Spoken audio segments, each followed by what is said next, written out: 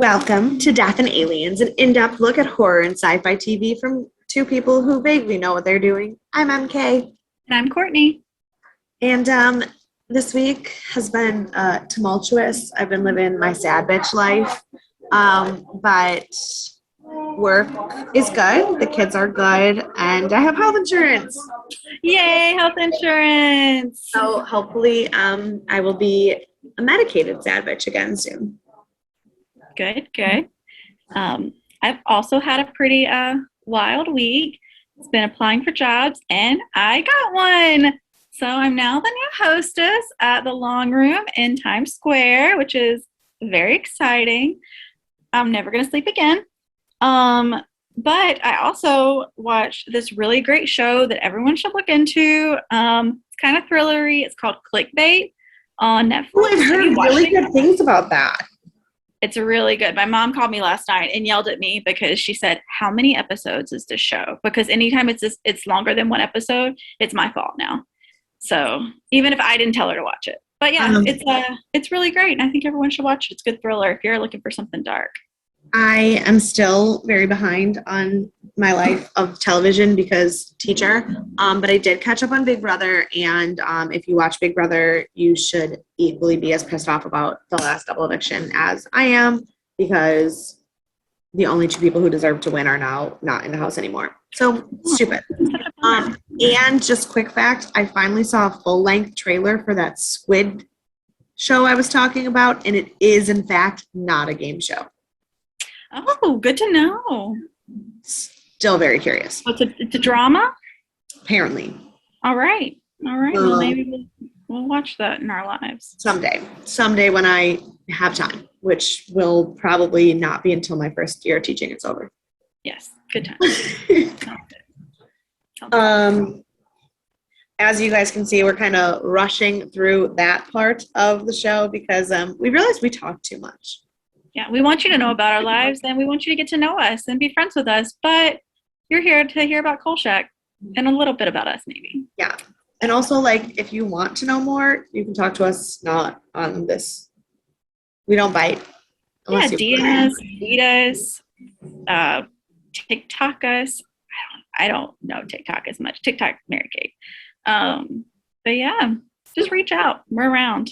We're here. And we'll get back to it 3 a.m. when we're off work. Or at 5 a.m. when we wake up for work. Yeah. Mm-hmm. Yes. Yeah. So this week it is the penultimate episode of Kolchak. I just love that word. I also love that word. It is the youth killer. You know what else is a youth killer? Law school, being a lawyer. So good thing I liked this episode. That's how I'm feeling this week.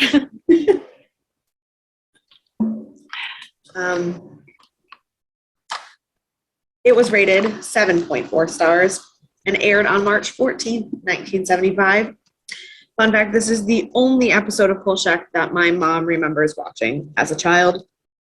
And she told me which scene is the one scene that she visually remembers and blames it on why she hates exercising. Oh, well, I mean, that's fair. I will say I'm a little surprised it's 7.4. That's a little lower.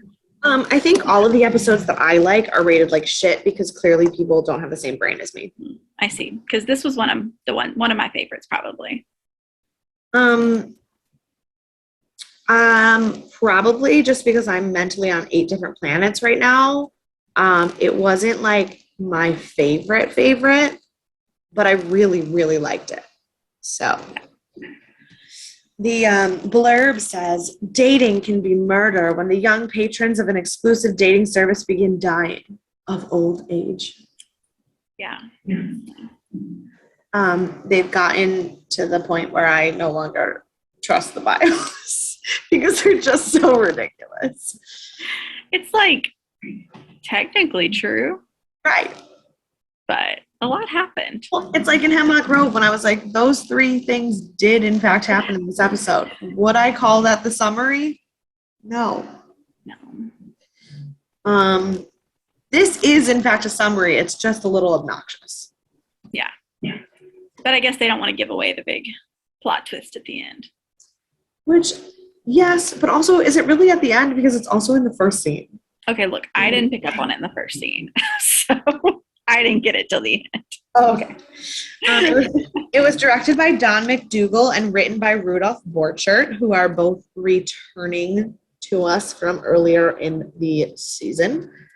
The guest stars. Our first guest star was Miss Kathy Lee Crosby, who is hella famous.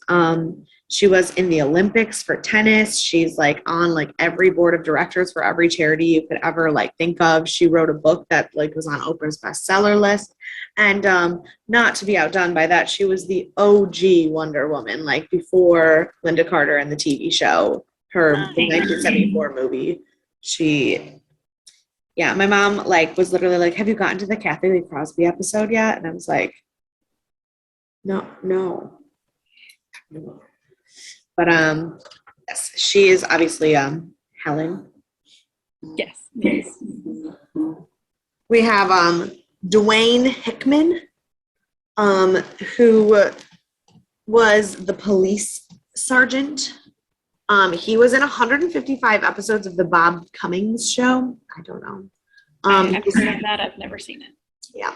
He was also in 140 episodes of the show, like Dodie Giles or something like that. Like The Many Loves of Dodie Giles, I think is the title. All I know is that he played Dodie Giles and the other guy was Gilligan from Gilligan's Island, and my mom freaked out and was like, "That's where I recognize his face from." And I was like, "Okay, that means nothing to me, but I'll talk about it." Yes. Because apparently it's important. Other people may know though that are not us. Right.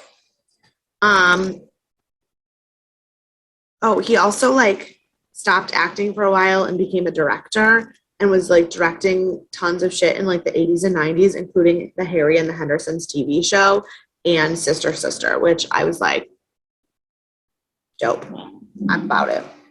I love Sister Sister. So next we have Kathleen Freeman, who I don't remember her character's name, but she was Irving's mom. His name Ivan? What? I thought his name was Ivan. The one who goes by Lance? Oh no, it was just Irving with a really intense Italian New York accent. Oh, okay. Yeah. But yes, he goes by Lance. But she did like a ton of voice acting, like almost every cartoon you've ever watched, she was probably a voice in. Like she was in the Rugrats, she was in Fern Gully, like she did everything. But she's best known for being Sister Mary Stigmata in the Blues Brothers movie. I have a confession. I've never seen the Blues Brothers movie, which is basically a sin for my life because I work in music and love music, and it's one of the classics to watch. So I'm gonna go watch it one day. If it was not completely off brand for this podcast, I would force you to watch it for the podcast. But alas, such is life. And then the last guest star was George Savalos, who that's not what he was credited in the credits as. Like if you watched the show and read the guest star credits, his guest star name was I gotta look it up because I literally it was basically like a fictional Greek god. Like I was like, that's not a real person's name. Is this the cabbie? What? Is this the cabbie? It's de somethingness. His name was hold on. Come on, you can do it. I believe in you. Who did he play? Oh, he played Kaz, the guy who told Kolchak all the information about the cab driver at the end. Oh yeah. Oh, the cabbie. I thought you said Doug Cabbie, like that was one word. Oh, it's like no. Demosthenes, Demosthenes. Like literally, that's a character from the Odyssey. Like that's not a real person. Demosthenes, yeah. Demosthenes, that's what he was credited as. Interesting. Well, I loved him. He was fun. Me too. So he was in 114 episodes of Kolchak, which, fun fact about me, until I started watching Kolchak, I didn't know that those were two different shows. I confused them all of the time. Kolchak existed, but I did know Kojak existed. I've never seen it, but I did know it. I think I only knew that one existed, but we had the DVD box set of Kolchak on my shelf, so I just assumed Kojak was also Kolchak. All the same. He was best known as Mulligan in Kelly's Heroes. I don't know, that's a movie that's, I guess, famous. I've never seen it. And my favorite credit was that he was a courtier in the 1985 Alice in Wonderland movie, which if you have not seen that movie, you absolutely have to. It is an acid trip and a half. I don't think I have. And Alice in Wonderland is one of my favorite movies. Carol Channing plays the White Queen. And it's literally an acid trip. And she like just sitting there, just like talking about, she says, jam tomorrow, jam yesterday, but never ever jam today. And then she like sings a song about crumpets. Like it's that shit. Maybe I'll watch it after work one day when I'm like extra tired. Yeah, it is. It's literally an acid trip. And he was a random person in that movie, which is his last acting credit. And also my favorite, even though I think he just probably walked past somebody in it. I'm going to look out for him when I watch it. Okay. Maybe I'll watch it this weekend. So the episode starts with a priestess in a Greek offering room doing who knows what. And I just wrote, I want that dress. Oh. Only thing I know. What she was saying. I don't understand Greek, so never did I know what she was saying in the whole show, except for when she said Hecate, because I was like, oh, that's a person that I know. I didn't hear that until the last part. The last one, yeah. I know Hecate. I know what's going on now. I'm with it. And then there is a young man running in the woods who gradually becomes older and dies. And I was not looking at the screen, and I looked up, and I was like, he was not old a second ago, was he? And Mom was like, no. And I was like, she was like, that's the point of the episode. I was like, got it. Cool. That little old man running gave me life. He was so cute until he died. I was like, I said, that's when he fell and collapsed. I wrote me when I run too. Yeah, same. I just don't run. I just walk a lot. Yeah, but you walk a lot. I drive everywhere. Well, if you were like in a walkable city, you'd walk more. If you were here, you'd walk more. Yeah, I would. I would still be that asshole who had a car in New York City, though.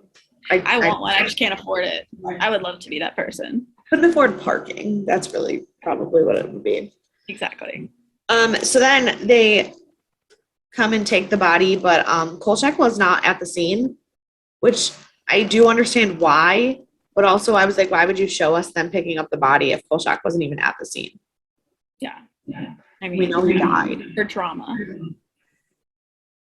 My next note says, shut up, Ron. I don't know what he said, but he was talking. I do. Yes. I also have a note about this scene.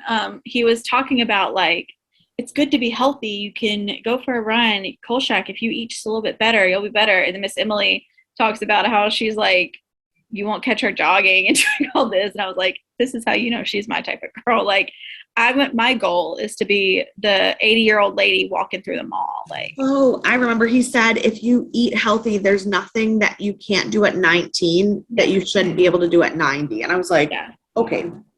Right. I was like, that's not true, but okay. And then Tony came in and was talking about how he lost 5 pounds. And since I started a diet yesterday and have not stopped talking about it, despite the fact that I haven't even weighed myself once, I really resonated with Tony in that moment. Yeah. And then Kolchak tried to bribe him with a donut, and it also resonated because I would love a donut right now. I am not good at diets. I've given up on diets. I'm just going to walk.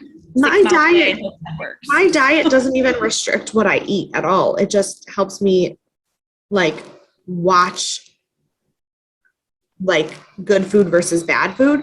Like literally, I'm not even worried. I'm completely under calories today. But I was like, man, I could still use a donut. I could frequently use a donut. So in this fight that Kolchak is bribing him with a donut, Tony says that nobody cares about 90-year-old people. And Miss Emily storms out of the office. And also, when he said that, the first thing I thought was, no one likes you when you're 23. So I was like, if my math is right, no one likes you between 23 and 90, which is like 67 years of your life. So, like, your life is over after 23, according to Blink-182 and Tony Vincenzo. I mean, both very, very reliable sources. I think so. I would trust them both. Okay, so basically the point is that Kolchak's supposed to be writing a story about young people in the dating scene, and he doesn't find that very interesting. He'd rather... Naturally. I don't know what he wanted to write about in the beginning, because at the beginning he doesn't know that anything's weird about the old person dying. He's just like, why would old people be running? I think he just wanted to write about a murder instead of young people dating. Or literally anything other than young people dating. Right. Or anything other than what Tony wants him to write about. Probably that, yeah. So then he goes to this like hippie voodoo astrology matchmaker lady. And I decided I needed her in my life until she said that she brings relatives on the first date. And then I said, ooh, no. I was like, what year is this? Like, I don't think we were still doing that so much in the 70s. Like, and then when she was talking about the different ways that she like puts people together, and she was like, it's astrological mating. And I just stopped listening and I would just start laughing. I was like, okay. I was like, well, but then she said that computer matching is going out of style. And I was like, man, if this bitch could see Tinder. She would be losing her mind. Also, I would love to write Kolchak's Tinder bio for him. You should do it. Maybe we'll post that on our Instagram this week. Keep an eye out, guys. Kolchak's Tinder bio. I'll write one for Miss Emily. Perfect. So then we go back to the goddess lady getting ready for her next murder. And now, Kathy Lee Crosby is a very, very beautiful woman who, like, a year before this, played literally freaking Wonder Woman. So how do they make her look like she's aging with the worst puffy eye makeup I've ever seen in my entire life? So I have that note because I said whenever I was watching, like, the old man and then the young woman and they were aging, I was like, they're actually aging them much better than I expected them to. Yeah. And then I see Helen and those puffy eyes. I was like, what happened here? We were doing so great. When your entire makeup budget goes to the two dead people, then you're like, oh shit. It looked like you put like those things you put on your eyes when you have puffy eyes. Like the puffy eye masks, they just put them there, and then when the wind goes, they peel them off. Blows them off. Yeah. And then she's young again. Right. That's how it works. Oh, my next note just says, nah, fam. And I couldn't figure out what it was, but it was about the way the girl died. Because I had a lot of issues with the whole scene. This is the scene that terrified my mom as a child. And my first thought was, why would you be stretching like that on a balcony? You're going to fall off and die. Yeah. Then I thought, wow, that gray spray paint on the top of her wig is really horrible. They could do better. And then the next time she stood up, they did do better. And I was like, oh, shit. And then she did a perfect gymnastics acrobatic tumble off of the porch. And I said, no, sorry, you lost me again. You had me, and then you lost me again. Yeah, they're getting really lazy in these last few episodes of we're going to take the easy way out. We're going to try to put in some effort and then we're just going to end it how we want to end it. Like she was like, it was like beautiful makeup. The look in the mirror when she screamed, I was like, oh yes. She tumbled backwards and then she just straight up did a cartwheel. Yeah. I have a note later on about a similar feeling I had. Then I said that Kolchak might be the best and also worst ambulance chaser that ever was. Because he just like gets himself involved in these things. When he walked in with everyone, I just put, he's so proud of himself because you could see that look on his face. It was like a kid in a candy store. And I was thinking about like how interesting it would be to live in like a singles apartment, like, and not have to worry about kids. And then I know there's this apartment in Dallas that Austin used to live at. He might still live there. And it's 21 and over only. And they had like alcohol in the like room downstairs. You could just go grab a drink and like they had a coffee machine. And so I'm comparing this as the older days version of that. Somehow I just feel like that just sounds too much like college and I would hate it. It could be a little like college. That makes sense, but that might be okay. Well, it depends. Today, I would probably be too tired to like deal with people. That's the thing is like, catch me 7 years ago, I would have been all about that. But today, it's like, I don't really want to drink with the old people, and it's great. I want to go to bed. Like, my favorite neighbor is my 90-year-old neighbor, Pat. I love it. Shout out to Pat. Yeah, he's great. He will not know how to find this. No. Then Kolchak does the smoothest pickup of dropped piece of evidence that I've ever seen.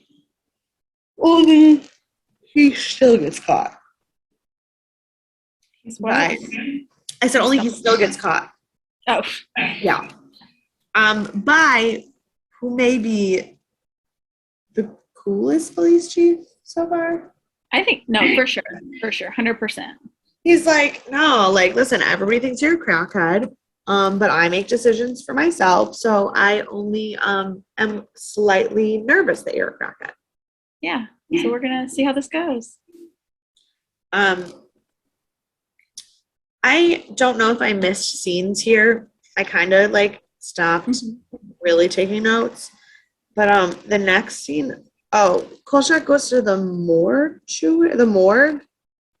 Not yet. Is that not yet? Okay. When Lance walks in and meets meets Helen. Right. But so he goes, he looks at the ring and then he goes to see if there's anything similar at the murder scene or the death scene of the first guy. And he's crawling around this tree on the ground looking for another ring. And my note was that visually, this is the brightest episode of Kolchak so far. Like, lighting-wise, I was very taken aback in some parts of this episode because it was so bright, like daytime bright. Yeah. It was not the same show that I started watching 6 months ago. Well, I mean, in the beginning, it was more horror and fright and putting you in the nighttime with all the creepy people. Right. And now it's like, I mean, we still have, like, obviously things happen in the night. But it's definitely like mostly daytime now. This story-wise was really good, actually. But, like, the brightness just was like, this is a super tonal shift for the show. And I think they also shifted to try and focus more on, like, the banter and the characters' interactions than the actual, like, fear. It's funny because I actually said to my mom during the scene where I told Ron to shut up that at this point, I no longer care about the mysteries. I just want to see an office sitcom with the four of them because that's where the focus has become. Yeah, and I wonder, I know that the guy who plays Kolchak, didn't you say, like, towards the end he was kind of getting sick of playing Kolchak? Yeah. And so I'm wondering if the shift is 95% due to him wanting to do something different, and so he did. I think that the shift is actually what made him want to do something different. I think that the tonal shift away from the darkness was aggravating.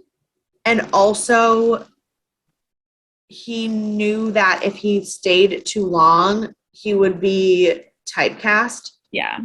So like it was just a combination of things, but the tonal shift definitely was felt by the actors also. For sure. So then the next man comes to meet Helen to get his ring and his induction into this Olympic society. And honestly, I just looked at this woman walking around and looking and poking her face in the mirror, and I said, wouldn't Botox be easier than mystical, like, whatever the fuck you're doing? Oh, mystical murder. That's what I called it. Mystical murder. I love that. Mystical murder. Yeah, I was like, how on earth does she keep up with this every day? She's killing someone new every day. Botox would last so much longer. So much longer. Like, I don't know, maybe they only had the super poisonous kind then. I don't know what the 70s were like with Botox. And so like maybe botulism was more rampant. Right. But like also, I mean, I guess I get it. Helen Troy sacrifices like ever. I get it. She's been doing this for a long time. But like after that many years, don't you think like your body count just like do you have any feelings about it? Oh, I doubt she does. I bet she like is trying to get like a thrill out of it now, which is why she has, well, I guess the like she's sacrificing the attractive people to Ducati, so it's like not a well, right. And like in the end speech, Kolchak does say she's as cold as she always was. So like she's not meant to seem like she gives a shit. And she, I mean, as Helen of Troy, she went through a lot, so she's probably just angry and taking it out on everybody. So, but I did laugh whenever he walked in the room and she was like, he said like one sentence and she's like, wow, you are as charming as you are on the computer. And I was like, he said one sentence. Is the bar that low? Like, I understand the bar's low, but that's really low. Like, you don't know yet if someone's that charming just by looking at their face. I mean, after one sentence, though, sometimes you know. Okay, but this guy was a little bit of a dolt. No, he was not. He was not charming. He was fine. There was nothing wrong with him, but there was some things wrong with him. First of all, his name was Irving, and he lived with his mom, and he wore tennis shorts to a nighttime date. Like, well, no, he was going to play tennis. Who has a tennis date at night? These people. Did you not see his racket? I don't know why. No. It was a stupid date. I fully understood that that's what they were trying to convince me was happening, but in what universe? Well, what had happened was Helen set it up because it's easier for her to kill people at night. And so he's just stupid and was like, I'm going to go on a tennis date at night and it's fine. That's the thing. He's stupid because if somebody says, let's go play tennis at night, I'm immediately like, you're going to murder me. I will say, me and Caitlin and Jamie used to play tennis at night. And we did not murder each other. Yeah, but that's different. I'm not going to go on a first date. A first date with a stranger at night? Yeah. No. That's just setting you up for disaster. Especially a blind date. Like, it's one thing if you're like, I've met this person, I know that they like tennis, they happen to have membership at a club that's open late enough at night I trust them as a human being. Like, I still would be wary about it, but like, okay. Yeah. Blind date. No. A blind date in a place where you are that alone. Sorry, there's a motorcycle went by and it made a lot of noise. That's okay. It's New York. But no, a blind date in a place where you are that alone is a big red flag no to me. It's always murder. 100% of the time. And honestly, if I went on a blind date and a man showed up in those shorts, I would also assume murder. They wore shorts like that sometimes, though, I think in the 70s. I think that was a little more common. No, and I think that those are still normal tennis shorts, but I'm just uncomfortable with it. Frat guys wear them now. So I don't have as we know, they're not high up on my list. So. Oh, and while Irving's mom is yelling at him, that's when we then go to the morgue. Yes. And Kolchak, I don't know, makes a deal about a TV. I found most of their dialogue to be completely useless. Yeah, it was unnecessary. And basically gets the tour to the first dead guy's apartment and finds it. And when he broke into that apartment with the key, I saw that statue and I was like, someone's about to kill him and he doesn't even care. And then I realized it was a statue. but I was worried. What I thought was, why would you pick up the cup on the table and smell it? This man has been dead for days. Did you think it was going to smell good? Right. No. Yeah. Then Ivan, Irving, Lance, whatever his name is, tries to go on his tennis date and dies sitting on a bench alone at night, which is probably how I'll die. So I related to that. Bless, you will not. I'll sit by you on the bench if nothing else. And I will say, whenever she killed him, I was like, she's kind of a genius with her tactics, though. I mean, she lures in dumb, attractive young men and gives them these special rings, like they're in the mafia, like any of these. Not just men, she does it to dumb young women too. Like any of them would ever make it in the mafia, first of all. And then she makes them feel all special. She's like, this is the start of a cult. Like, she could have her own cult all the way, and they would all fall for it. Absolutely. So she was pretty genius in the way she did it. Yeah, for sure. Person not a genius, Kolchak, in the next scene, where he goes to the police station and tries to convince the police chief, who's for once on his side, that this is some kind of mystical death. And my note says, Kolchak would try to sell ice to a snowman and wonder why they didn't want it. Okay, so devil's advocate. This is the first time he's giving legitimate proof of evidence to a police officer. He had the driver's license. He had the glass eyeball. If they just took the fingerprints, they would have known he was telling the truth. This is the first time that he hasn't just sounded like a lunatic without any background. While I agree that he does have a semblance of proof, he also sounds like a lunatic and doesn't think he does. Well, that's my thing. That's my thing with Kolchak, is that, like, he's not wrong, but also, like, you got to know your audience, and this man does not. Yeah, I did feel like this was the least crazy story he told, even if they were all true. Yes. But this guy, I mean, this guy was already on edge with him, and he already told him, so I would have gone in a little slower. Maybe I would have said something like, I think that was a missing guy. Let's fingerprint him and see if it matches anything. Like, you got to be a little more low-key with it. Although I do have to say, when he was speaking of the evidence, he found the driver's license, and on the back it was just stamped one eye, and I was like, how often did they need to stamp things that just say one eye on it? Oh, it wasn't a stamp. It was typewriter. It was the typewriter font. It looked like it had like the box. I was like, did they just have a stamp on hand? No, I think it was typewriter font, restricted. That makes much more sense. Because I was like, that's a lot of people if you have a whole stamp for it. Right. And that's a problem. So, I mean, the 70s were wild, but whew. Speaking of the 70s being wild, the next scene, Kolchak is at the dead girl's apartment talking to this dude, and the guy is just like, yeah, well, she's been missing for 2 days, but, like, you know what it's like to be single? No, ma'am.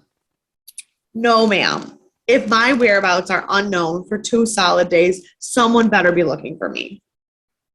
If my whereabouts are unknown for, like, 3 hours, someone knows where I am. If my face has not moved on the Snapchat map in more than a day, something is wrong. Yes, same.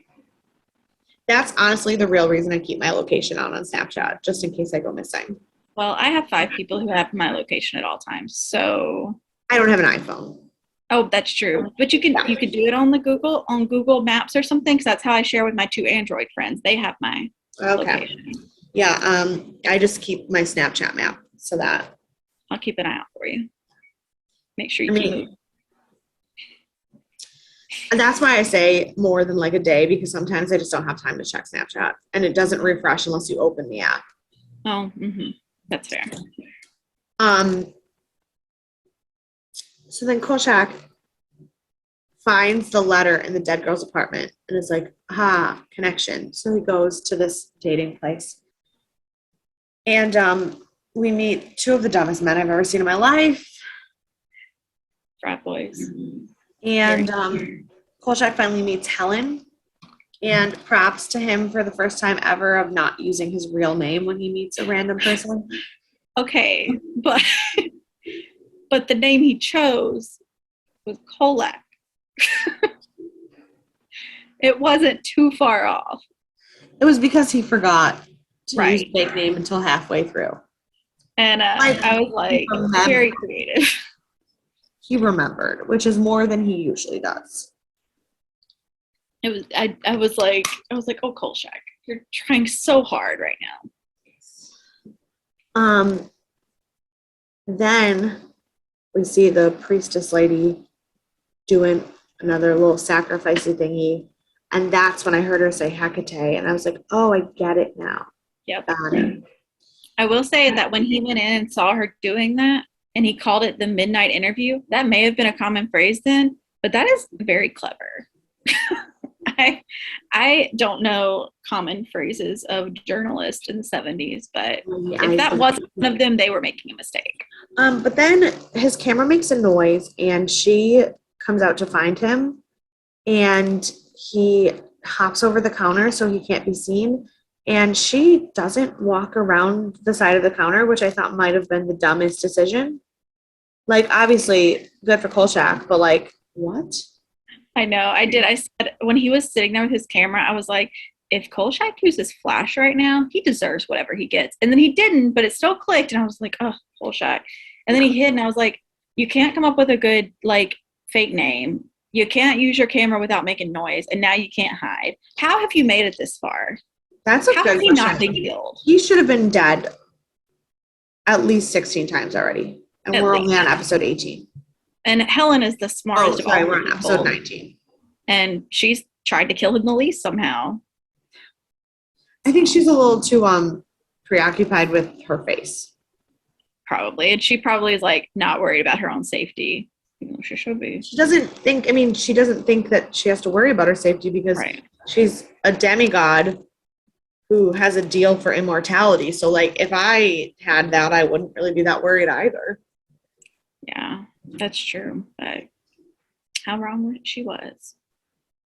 So then Kolchak goes to get more information now that he has this tape of her praying in Greek. And so he obviously goes to his one Greek friend, the cab driver, which it seems really racist, but like that's what happened. But his one Greek friend is also a fucking pervert. Yes. Yes. Because he says he misses teaching at universities, but all the young college girls distracted him too much. And I was like, nope. That's not great. Not great, dude. I will say, he seemed to be the only one who recognized her as Helen. And I was like, she's been around for a minute and got lots of pictures, statues, places. And the cab driver is the only person in this whole city that has recognized her. I understand the stupid guys and girls that were working with her. Also, like, how many people does she actually let see her other than the dumb people who come to her company? I don't know. She seems out and about a lot, though. So, and if she's like advertising, like, so I'm just thinking, like, I was like, that's one thing I don't buy, Kolchak. Like, someone else would have recognized her other than this one cab driver. So then Kolchak realizes that the ring is stuck on his finger. So he and his Greek friend use mayonnaise to get it off. I was like, you should use butter. Butter is the one. Butter, yeah. Kolchak also proves that he is a petty bitch because the first matchmaker calls him and is like, I found this lady for you. And he's like, actually, I still don't want a girlfriend, but you should go visit this police officer.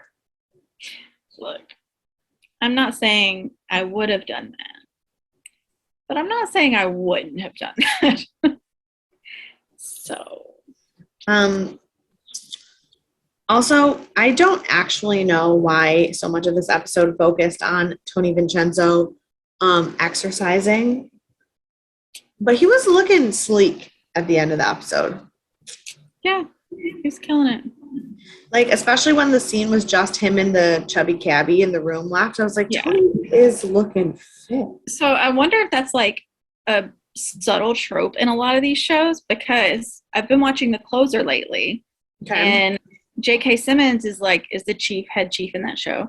And in the last season, there's a thing about his weight throughout the whole season. I was wondering if it was like a trope, or I was wondering if it was so close to the end of the series and Simon Oakland had gotten other work and lost weight and they had to write it into the episode.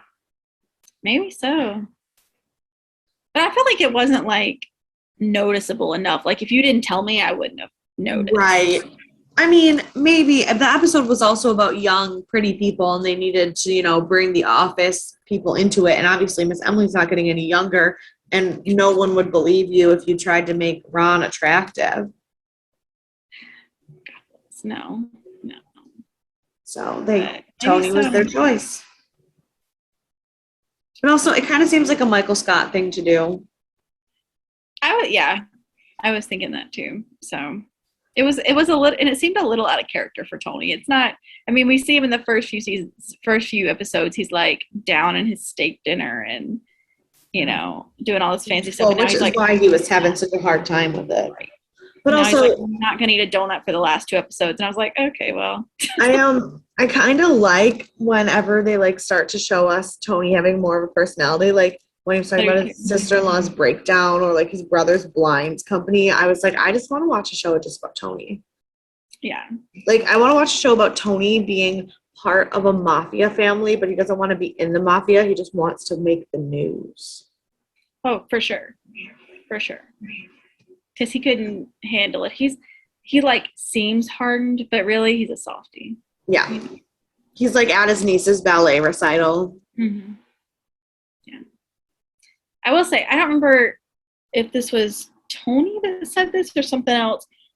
No, it was that guy at the cab. Oh, I meant to mention this earlier. Oh. When they were staying at the cab and they were like trying to go somewhere, and the guy said he has his own feet company.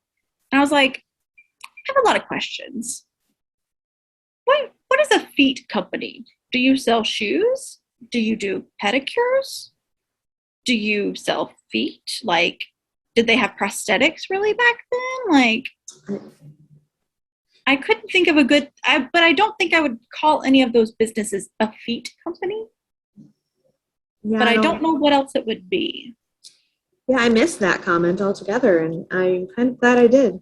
The guy who was at the conference and trying to take the cab, and they were like, go away. And he was like, I've got my own feet company. He's like, what? Like, I don't know what that means. So, anyways, that just set me off a bit. And I had a lot of questions that I'll never have answered. It's fine. If anybody knows what that is referring to, please DM us. Yeah. I need to know. Kaz also tells Kolchak that the only way to kill Helen is to destroy the temple. So he leaves and goes and destroys the temple with very little repercussions. She appears. When he's telling him to destroy the temple, and then he's like, I'm going to destroy the temple. And Tony runs out and he's like, wait, what temple? What are you destroying? Destroy what temple? And nobody's acknowledging him. I was just like, poor Tony. He's always thrown under the bus. And then he's like, looks at Kylie. He's like, what temple? He's like, who are you? And I was just like, Tony. Yeah. God bless. He did yeah. So he does destroy the temple. And then Helen comes in and she's like, ha ha ha, joke's on you. You destroyed the temple. The gods are mad at you, not me. And he's like, ha ha ha, joke's on you. This motherfucker lied to you and had a glass eye. And then all of a sudden the wind blows and she screams uncomfortably for an extended period of time. And then the episode's over. And I want to say this scene could have been done so much better than it was. Based on how the beginning scenes were, I thought it could have been done better. But it was like the windows blew in. Yeah. But then everything that happened came from the ceiling. And I was like, why did the windows break? Just so Kolchak could escape? Like, what was the point if it was all coming from the ceiling? And also, it was like an uncomfortably long time of her just standing in the rain screaming. And she wasn't like, I thought that she wasn't aging. More. Yeah, right. She wasn't aging. And but she was turning to stone. I thought we would have seen more of that. And Right. Then when she would turn to stone, it wasn't in the pose that she was hiding it. right. So I really thought, I was like, you did so well on the early scenes making people old. You easily could have used the same kind of Right. skills to make her turn into stone. But no, that is asking a lot, apparently. So I was a little disappointed with the ending, but I did love this episode overall. Yeah, no, I thought it just wrapped up too quickly. Like, I liked the episode, but Kolchak has a tendency to do this thing where it paces itself as if it's a movie, only it's not. So then, like, you have all of this build up and all of this build up and all of this build up, and then in the last 10 minutes, everything resolves in a way that is not believable. Yeah. And I think that that's differed a little bit for different writers, because I feel like there were a couple that weren't quite so much that way. Yeah. But at least the last few I know have been that way a lot. And like, you know, I think about the Aztec one, that one's definitely the same way. And like that was one of the most noticeable ones before this one. Yeah, but even like the alien one in the beginning had, we didn't get real alien stuff in that one. right. So I really liked it. I understand why this one was scarier, because the old age makeup and the way they did it actually was more convincing, especially for the time. But also, I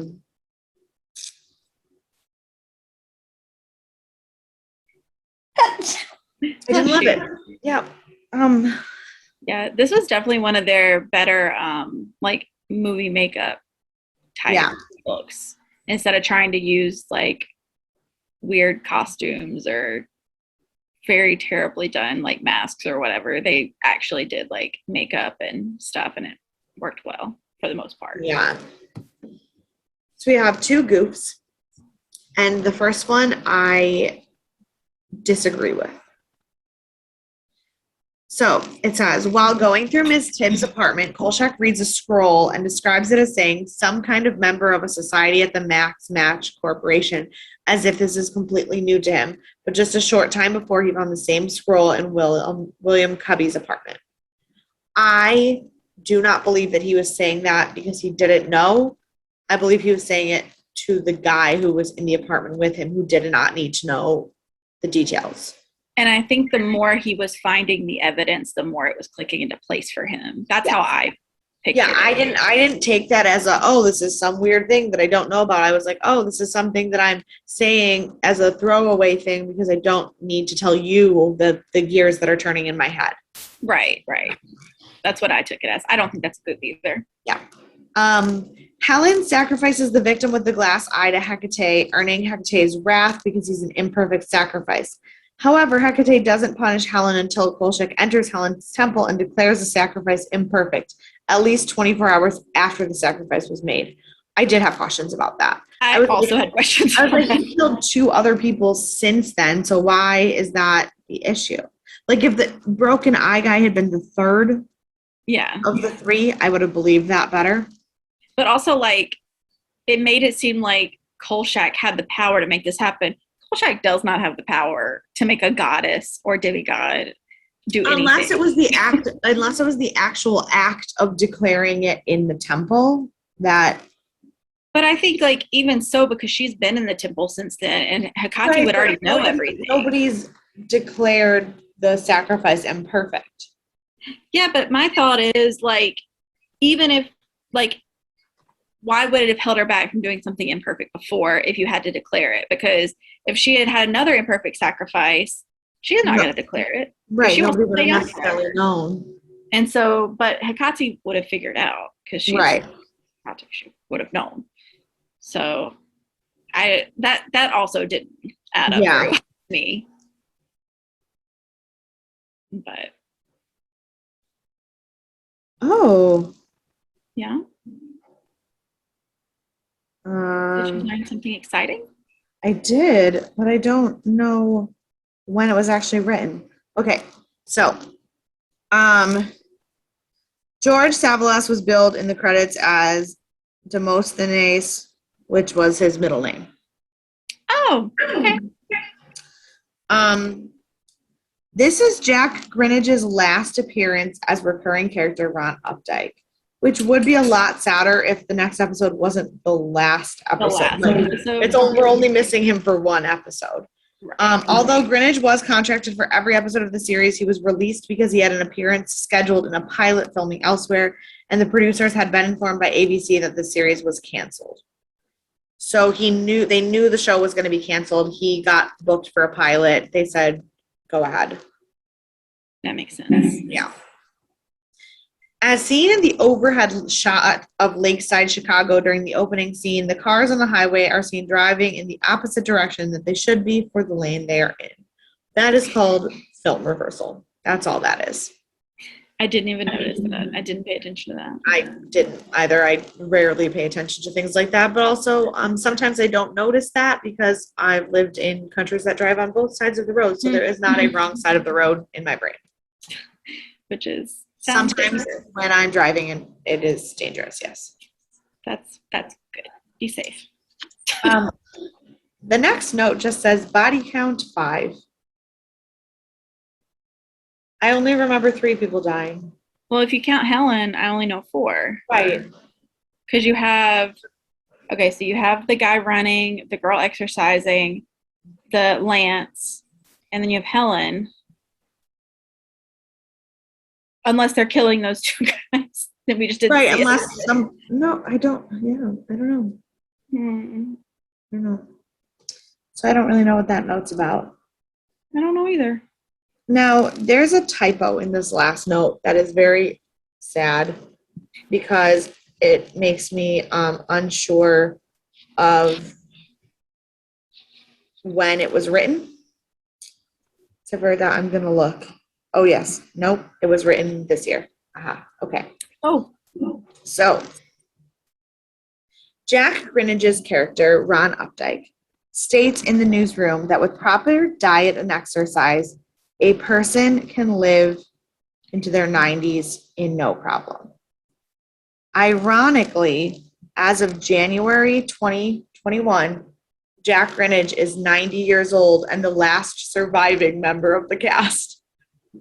Well, he did something right. Right. He is. But nobody liked you when you're 90, so. Well, no, but now he's 90. If he makes it to next January, we can like him again. All right. I like it. Yeah, because it's only those 67 years. Right. So yeah, he's the last. Everybody else is dead except him. And he's 90. So he nailed it. Apparently having a stick up your ass is good for something. I'm going to make a note of that in January. We need to see if he's still alive. Oh my God. You know how like sometimes really old actors die and you're like, oh, that's so sad. They were in good stuff, but I don't know who they are. Now, when Jack Greenidge dies, I'm going to be devastated. Yeah. And people are going to be like, we don't know who that is. You're the only person on the planet now that knows who that is. They're going to be like my students are going to be like, why are you crying? I'll be like, no reason. Ron died. We lost Ron. I hated him, but also I didn't want him to die.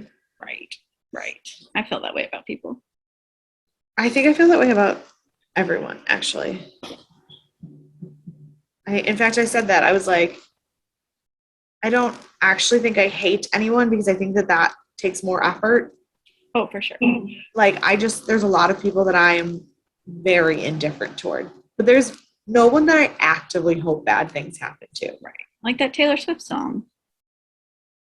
You know, on the Lover album. I already forgot what it's called. It's getting late. I forgot you existed. That's what it's called. Oh yeah, that's one of my favorites. I was also thinking of the song that's trending on TikTok right now, the I Hope You Have a Bad Day. I do not know. I don't know who sings it, but it's kind of aggressive. Like they're saying a lot of bad things. They hope a lot of bad things happen to this person, but like it goes, but like I hope you have a bad day. And like honestly, there's a lot of people like I don't hope that like tragic things happen to them, but like I do hope that like once in a while they just have a really, really shitty day, and it reminds them that they have caused other people really shitty days. Yeah, I feel that. It makes me think of that song "Pray for You." You know that one? Yes. The country song, except that is a little intense. It's one thing about like the flower pot falling off a windowsill, that's fine. But your brakes going out 110, that's a little more intense. So Right. on the slower side, I'd rather you get hit with a flower pot. Maybe your brakes won't go out on the interstate. So Yeah, mostly I hope that doesn't happen for the other people around you. yes, that too. Because a flower pot falling on your head hurts you and maybe hurts the feelings of whoever's flower pot it was. But like, you'll also be okay. You'll be fine. A car's brake going out, going 110. 110? That's some damage. That's some damage then. Yeah. No, thank you. Well, folks, Kolchak's almost over. We only have one episode left. And do the series wrap up, and we have a special guest coming to join us. To be honest, I'm not really mad that it's almost over. Mary Kay is real sick of anthologies. No, it's just really, I like them. I do like them. I think that there is good storytelling within episodes of anthologies. But as someone who watches TV for character development and plot, anthologies are not that interesting to me. Yeah. I can understand that. I feel I have to get myself in the mindset of anthology and know that's what I'm going for. Well, and also I just kind of I'm kind of tired of the 70s. I'm also like, I feel like I'm getting burnt out on Kolchak, but it probably is also because I know Kolchak is getting burnt out on Kolchak. Right. I think that the things that caused the show to be canceled are the same things that I have problems with. So I feel like I'm just struggling through to the end the same way the actors were. Right. And so with them not... Which sucks because I think this episode really could have been a really good episode if they weren't all just sick of it. Yeah, and I mean, I still really like this episode, and the writers of this episode, I don't know what other episodes they did, but I really liked this one. I thought the storyline was great. The director did The Legacy of Terror, the Aztec one. And I didn't care for that one as much. No, but that's the director. The storyline was good, though. Yeah, that was the director. The writer did, I want to say one that was a lot earlier. Yeah, I haven't heard the writer's name in a while when you said it earlier.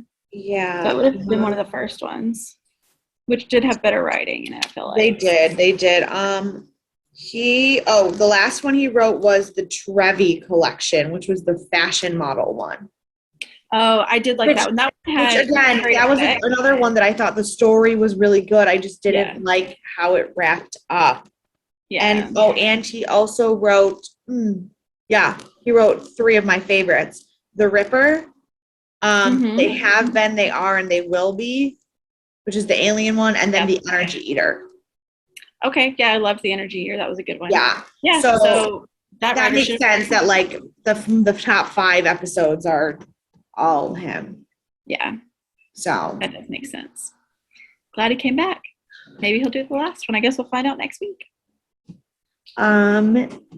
Speaking of next week, you can follow us. I don't know why that's speaking of next week. Not a transition, but that's it wasn't the worst transition. I was gonna say something about tune in next week and check out our social media in between, but I didn't say that because my brain is officially off. So you can follow us on Instagram and Twitter at Death and Aliens. Maybe I'll make a TikTok, but probably not this week, so don't worry about that yet. And you can also watch us on YouTube. We're not only on the podcasting sites, social media. Oh, yeah. Or also, if you're watching this on YouTube, just, put us on Spotify in the background while you're, washing dishes or something, because we are not monetized on YouTube, but we are on Spotify. So, go to sleep to our voices. Yeah, just, put the volume on really low on your phone, but just play it. I like it. Or listen again, that's up to you. No judgment. Yes. And then you can follow me on Instagram and Twitter and TikTok at EMKAY_superstar. And you can follow me everywhere, including TikTok, but I've never posted a video at CECloud13. I've been posting a little bit to Twitter lately, so if you follow me on there, you'll see some activity. Yeah, I tweet a lot. I don't post as much on Instagram, but I'm trying to get better. I have not posted on TikTok since May, but I tweet at least twice a day. I'm getting to where I tweet at least once a week. It's a lot for me. We're doing good. I am going to be on social media more. Maybe. Now that you've picked up another job and have so much free time to be on social Now that I'm working 70 hours a week and getting off at 11 every night, I'm going to totally dive into social media. I mean, that's the perfect time to dive into social media is 11 o'clock at night. That's when I watch the TikTok. I woke up in the middle of the night to go to the bathroom and went on TikTok at 3 o'clock in the morning, and it was an experience. I've had a lot of times where I've gotten on TikTok and then it's 3 a.m. in the morning. And I'm like, oh, gotta go to sleep. Gotta get off of that now. That's why I only watch TikTok once a month. So. And with that, we will see you all next week. And hey, if you spend enough time on TikTok, it might be next week before you know it. And stay tuned. Soon enough, you'll get to know what our next show is going to be. It's a good one. It is. We're excited. So we will see you next week. See you next week. Bye. Bye.